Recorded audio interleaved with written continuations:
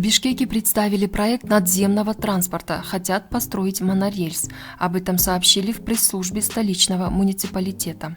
По ее данным, проект направлен на повышение качества и устойчивости работы городского транспорта, а также безопасности дорожного движения. Вице-мэр Азиз Алымкулов отметил, что преимуществом такой системы является провозная способность, экологичность, комфортабельность, интегрируемость, разгрузка улиц и безопасное передвижение. По его словам, строительство монорельса планируется вдоль рек Ала-Арча и Ала-Медин.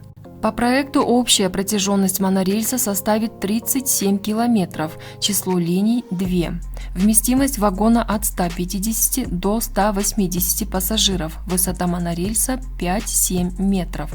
Проект планируется реализовать в рамках государственно-частного партнерства.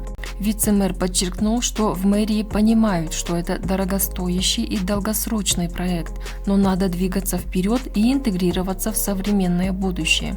Монорельс – это разновидность рельсового транспорта, форма эстакадного транспорта, где подвеска выполнена нетрадиционным способом, то есть без двух несущих рельсов, которая обеспечивает скоростное передвижение.